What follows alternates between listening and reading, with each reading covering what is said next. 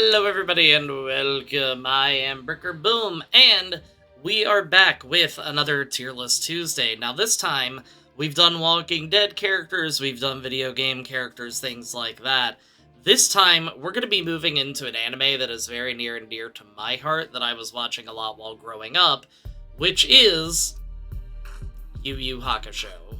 Alright, now that we've got all the ads and stuff out of the way like we're supposed to, let's go ahead, hop right into things here. First off, we're going to be reviewing Koenma.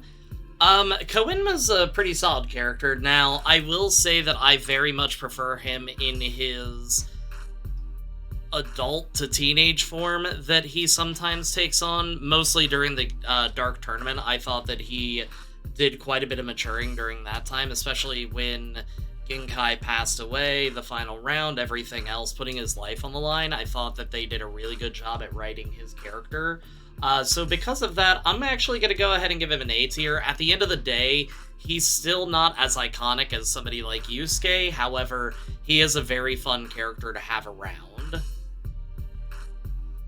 The Game Master, I'm actually going to go ahead and put into C tier. It was pretty cool seeing the, I guess, kind of dot hack side of things for Yu Hakusho, where the video games come to life. If you die in the game, you die IRL kind of situation. However, at the end of the day, he was very much a pawn for a much bigger plan.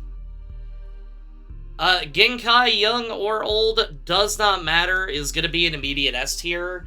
If not for the fact that she's a powerful warrior, then very simply for the fact that she is one of the few people that was actually able to recognize the potential in Yusuke and actually be able to break that barrier.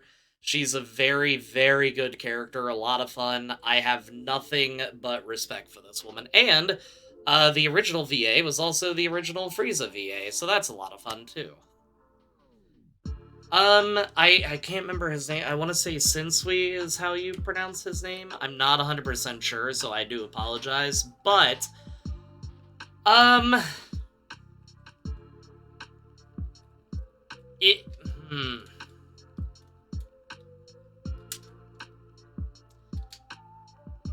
would say top of B tier, and the simple reason for that is because aside from Awakening, the fact that Yusuke did in fact have demon blood within him, I don't really think that he did a whole lot. Now, I could just be misremembering the series, but overall, for somebody that was a former spirit detective, for somebody that would have had the, I think it was the black tape, all this stuff that they could have done with that, it didn't. Now, do not get me wrong, I do understand that part of the reason that the last season was a bit rushed is simply just due to the fact that the person that was writing it was having a lot of health issues. There are a lot of things that kind of fell by the wayside towards the end of the last two seasons that could have actually made this arc a lot better than it was. Alright, next up we have one of the psychics. If I remember right, this was the one that was able to read people's minds. Now, the problem with the psychics, just kind of in general, is that they lasted for a season, some didn't even make it that long, and then they just kind of went away, and there was nothing really that was done with their characters. I understand that that was the life that they chose to live, but again, just kind of wasted potential. They don't really do a whole lot, which is fine. Hiei is obviously going to be an S tier. I mean, Dragon of the Darkness Flame, the fact that he's a swords master, he was the first really, really big threat, I feel, that Yusuke had to go up against. It could be argued that this guy down here was the first big threat, but nah, Hiei was the big bad, and we all know it. Toguro, definitely, I'm going to put him at the top of A tier. I mean, obviously, he did have that relationship with Genkai that made things very, very personal, but he was the one that I feel wanted to die, but on his own terms kind of situation. He found a fight worth living for. He had a really cool character arc, and even though he was very much a scumbag, even he had lines that he wouldn't cross. He very easily could have killed Kuwabara and chose not to. His character is very complex, and I actually really like his character. Very well thought out. Yukina. Top of B tier. We do get to meet her during the Tagoro arc. She has a very unique ability, being able to cry gemstones. Shows that she is an absolute badass, that even during torture, she refuses to cry because she doesn't want Tarukane to receive any money. However, again, it's just kind of one of those things that she doesn't really do much. She's a fine enough character, but for the most part, she is just kind of there to provide even more comedy relief for Kuwabara. Botan! I'm gonna give bottom of S tier. Botan was my first anime crush when I was a youngster, but the fact that she was the one that was essentially relaying the information between Spirit World and Yusuke, she had a very important part. She has a fun personality, and also during the For Saint Beast arc, she shows that she's not scared to get down into the human world and do what she needs to do to make sure that it's protected. She just has a very fun character. Another psychic, unfortunately, same thing, didn't last long. This man here, I'm gonna actually go ahead and put into C tier. I cannot remember his name for the life of me, but I do remember that he was essentially Sensui's, protector, lover. There was a lot of adoration there that borderlined on lover, but I do remember his character. Once again, didn't really do much. The most he did was just make sure that Kuwabara, Kurama, and Hiei could not join the fight while Yusuke was getting the tar beat out of him. This is a very short-lived character, but this doctor absolutely deserves A tier because he was the character that was making Yusuke actually consider making his first human kill. He was just a bad person that had managed to do a lot of bad things given his position. I actually really like this character arc and like the fact that they were diving further into Yusuke's psyche and making it so he was possibly gonna have to kill a human. The Ice Dragon. B tier, mostly because his appearance was he froze his friend, and then Hiei absolutely decimated him. He really did not do much, except for freeze Hiei's leg, and then that was it. So that's why he's kind of getting a lower tier. Granted, most enemies that Hiei goes up against do typically get disassembled very quickly, but I'm pretty sure that was record time. I think his name is Byakuya. Honestly, the reason that he's getting C tier is that he stuck around for far too long. Kuwabara beats him once, we think that he's done. He's not done. Then Kuwabara knocks him into lava. Once again, we think he's done. He's not. And then he finally meets his end, stumbling into the room that the Ice Dragon is in. There was just... He stuck around far too much. He was a good character, and he had the unique ability of being able to essentially spit up smaller cats, but definitely overstayed his welcome. Ogre! Ogre's B tier. I mean, he's Koenma's right-hand man. He provides the additional comedy relief. He's not very serious at all, but overall, I mean, Koenma would probably be the same even if he wasn't there. The Artist is what I'm gonna go ahead and be calling this boy. His fight with Kurama was actually pretty cool, learning that the blood is actually what amplifies his powers. He was very much a short-lived, but he made it so that Kurama wasn't gonna be able to continue fighting the way that he was. He just essentially provided a good stall tactic, so because of that, I'm gonna go ahead and put him into B tier. This guy, also B tier, simply just due to the fact that while he didn't do much, he did kind of give an idea of what the Saint Beasts were going to be like. Kurama was able to, of course, take him out without any issue whatsoever, but I liked it. Shishi Wakamaru. Now, I'm gonna put him at the top of B tier. He didn't really... He's not a great character, if I'm being completely honest here, but he is important because he's the one that essentially made it so Kuwabara could do better things with his sword. He also made it so that Yoko Kurama could continue to come back. So because of that, normally I would put him into C tier, but because of what he was able to do and the gifts that he provided, he's going to go ahead and move into B tier. Yoko Kurama! Almost top of S tier. Actually, a little below Hiei. Very much a badass. I absolutely love him. The silver hair, the attitude, the fact that it's essentially Kurama saying, I don't need this human side as much right now. Love it. Jin! Jin is always going to be top of A tier for me. The only reason that he's not in S tier is because truthfully, I just wish that he had more screen time. I love the little Irish jig about him, the accent, the looks, everything about Jin, I absolutely adore. Next up we have, I want to say that his name is Karasu, if I'm remembering correctly, but he was kind of the main person that Kurama was gonna have to go up against. It didn't really do much. I mean, in all honesty, at least Bui kind of had, like, they gave him a little bit of a backstory to make up for things, but he didn't really do a whole lot. He helped awaken Yoko Kurama further, but for the most part, he was just kind of there to play mind games. Keiko, easy bottom of A tier, simply just due to the fact that it's a shonen anime. Most of her role is going to be screaming Yusuke, just like every other teenage anime, but she is still a fun character. She slapped Harukane in the manga during the For Saint Beast arc.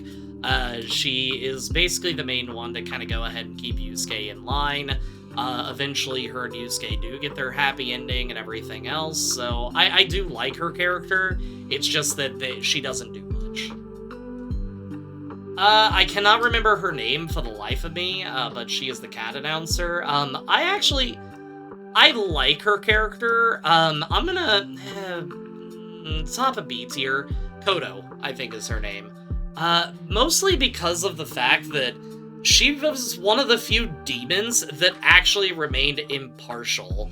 When things were, being stacked against the Urameshi team over and over again, she was the only one that was like, no, that's not how the rules work.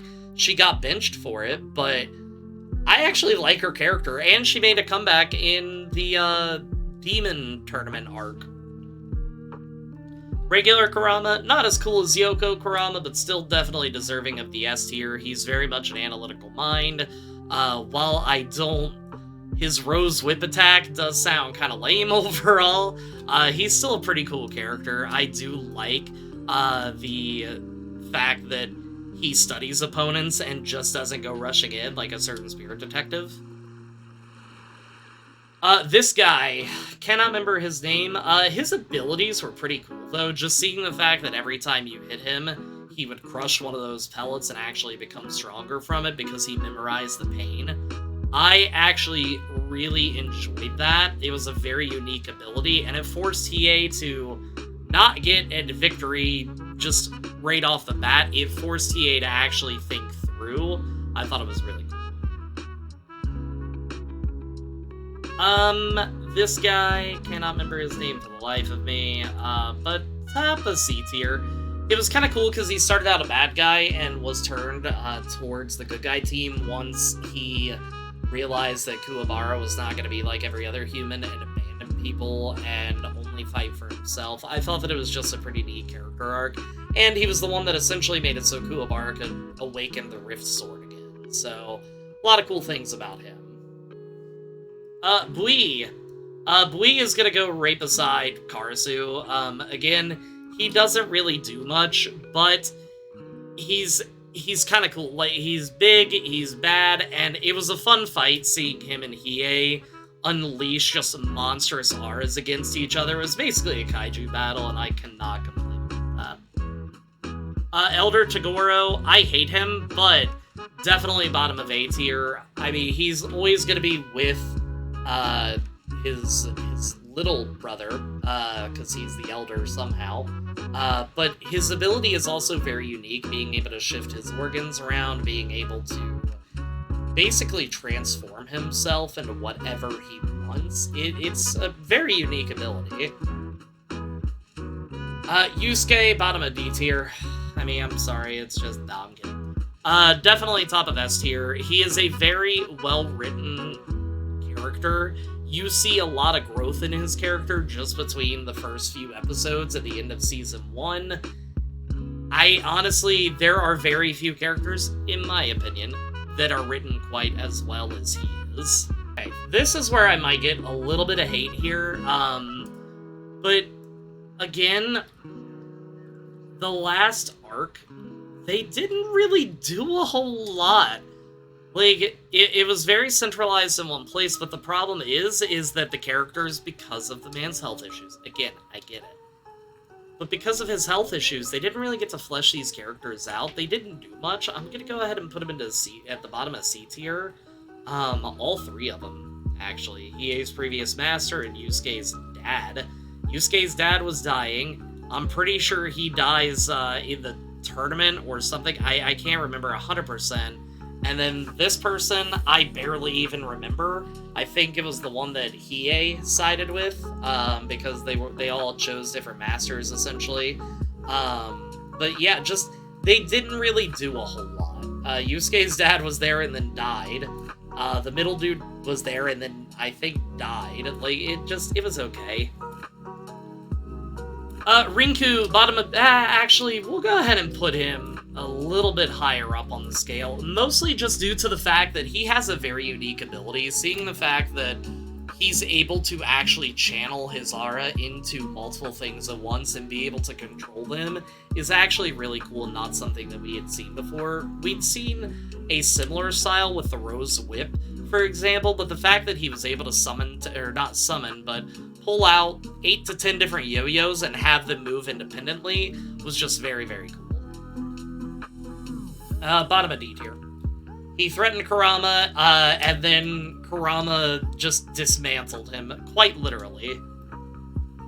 Rando was pretty cool. I'm gonna go ahead and put him slightly below Jin, just due to the fact that, I mean, he is a bad guy, but his main thing was what most bad guys kind of want, is just power. He's okay. He killed 99 psychics. Genkai would have made the 100th. And then Yusuke stomped him. Well, fell on him. Kuwabara. I'm putting into S tier, but at the very bottom. In all honesty, part of me wants to put him into A tier. However, he is the reason that Yusuke's powers do get awakened. He has the spiritual rift sword that is pretty cool. The main problem with Kuwabara, in all honesty, is that they just kind of made him a laughingstock. He lost almost every single match that he was in.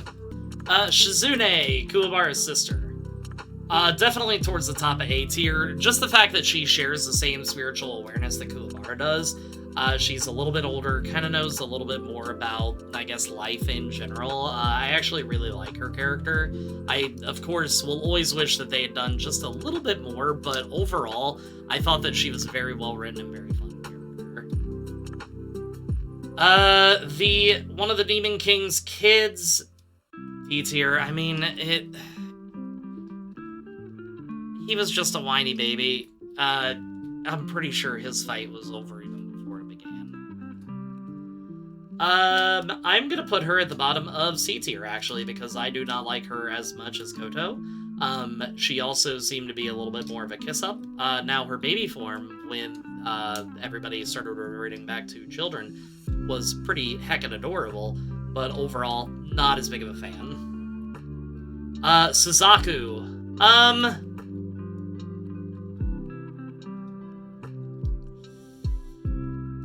I'm gonna go ahead and put right around here, because this is the first real time that Yusuke was essentially realizing everything that was important to him. He was remembering Genkai's training. He he broke through his mental barriers that he had. He was honestly a really cool villain for Yusuke to be going against. The only reason that he's not in S tier is because of the stupid bird that he has. I hated that thing. But he was a pretty cool villain. Yusuke essentially having to use his life energy just to beat this guy. Super cool. Toya. Toya's a lot of fun. Not quite as fun as Jin, but I would say one of the more interesting people that we get to go up against. Just an assassin, an ice master. Again, I wish that they would have done more, but the fact that, again, it was a bad guy, quote-unquote, turned good, was pretty cool. I like the fact that the Dark Tournament was just not filled with people that just wanted to murder the entire time. I don't remember his name, because he ran with Hiei, but he's gonna go middle of C tier.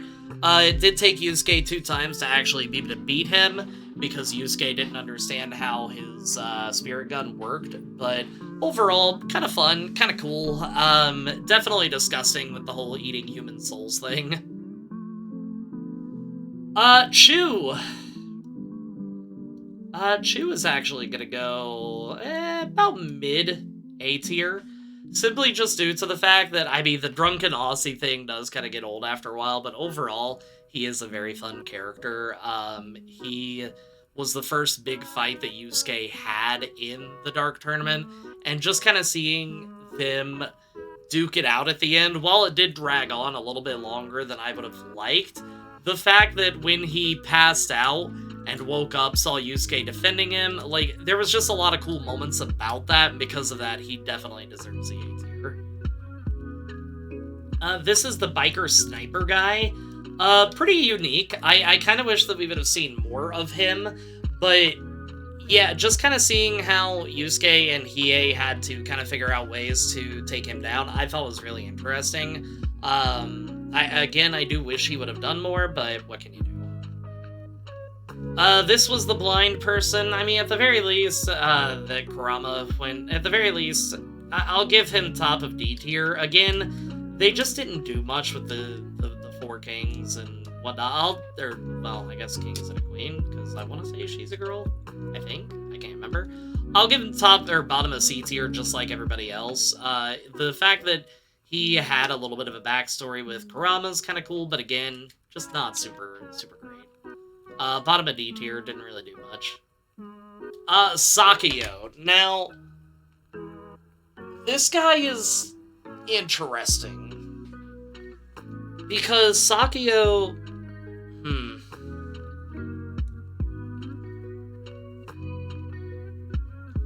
Sakio wanted to win the Dark Tournament to open up the world for demons, so they can allow to come and go as they please. He did protect Shizune once, but overall, he was kinda unhinged, and he didn't do a whole lot. Like, he wanted to make sure that the tournament was fair, which is why he's not in the D tier, but I feel like they may have been able to do more. I don't know. That's just where I'm gonna go ahead and stick him. And then finally, Zeru. Poor Zeru. I will give him bottom of C tier simply because he is the reason that we got to see Darkness of the Dragon Flame Dragon of the Darkness Flame for the very first time. So there it is, your Yu Hakusho tier list. And as always, if you liked the video, even if you didn't like the video, think about hitting that like and subscribe button. If you have any ideas of what you would want to see me put into a tier list next, make sure to go ahead and drop it in the comments below. And until next time, everybody, peace out.